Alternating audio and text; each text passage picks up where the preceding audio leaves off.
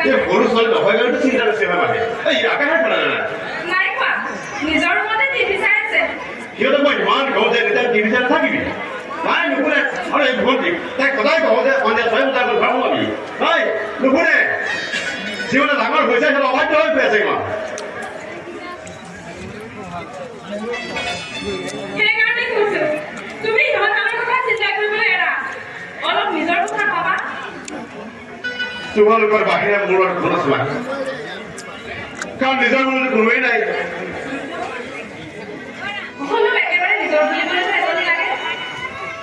এইবিলাক মোৰ কোনো প্ৰয়োজন নাই ভাই আগতে এই ভাই ভৰি হাত দিলে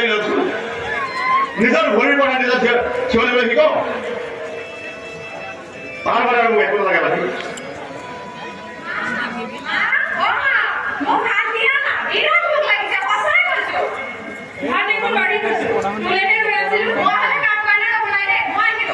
ৰবি ভণ্টি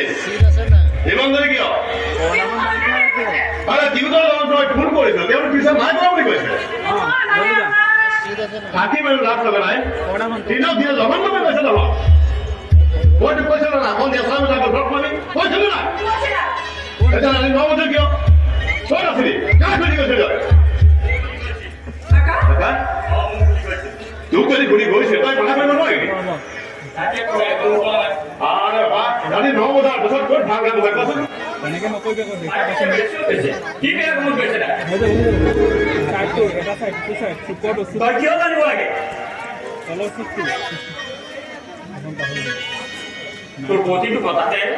কিমান দম খালি আমি সহ্য নকৰো দাদা আমাৰ পৰা লাগিব আছে নিজৰ বিচাৰ বুদ্ধি আছে নিজৰ কামে ভালকৈ নিজৰ কোনোবাই আছে এইবিলাক একো নাই ডাঙৰ নিজকে বহুত খালা কৰি থৈছ নহয় কিবা এটা সামান্য যদি খালে ভা বুলি চিগাৰেট উঠাও সকলো কথাতে হস্তক্ষেপ কৰিবলৈ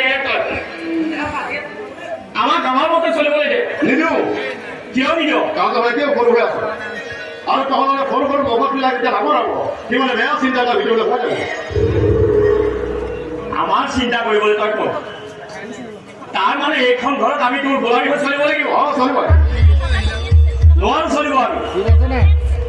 তই যি কয় সেই কথা আমি শুনিব নোৱাৰো কেতিয়াও তই মানিব লাগিব আমি শুনিব লাগিব মোৰ কথা যদি মই নামানো যদি তই নামানো মই মনাবলৈ বাধ্য হওঁ তই চাগে পাহৰি গৈছ চৰিটো গাড়ী আগৰ পৰা বচাবলৈ মই হাত ধৰে গাড়ী চকা পাৰ কৰি দিছোঁ আৰু তেতিয়া তই হাত মোৰ কংকাৰে অকামিলা হৈ আছে আৰু তেতিয়া তই হাত ধৰি কিবা জানো কোনোবাই যেতিয়া মানে ঘৰ খনা মানে সামান্য চাকা নাপায় তেতিয়া তাৰ মই হাত ব্যৱহাৰ কৰি এনেকুৱা মান মাৰিম তাক সিহঁতে মোৰ দুটিবাৰ কষ্ট কৰি পাহৰি যায় আৰু মোৰ অবাধ্য হ'বলৈ পাহৰি যায় সেইকাৰণে কৈছো মোৰ এই ঘূৰি হাতখন পংগু হৈ থাকিবলৈ দে ইয়াৰ পিছত তাই নিজৰ বিপদ নিজে নামাতিবি যা ভাতকেইটা খাই ল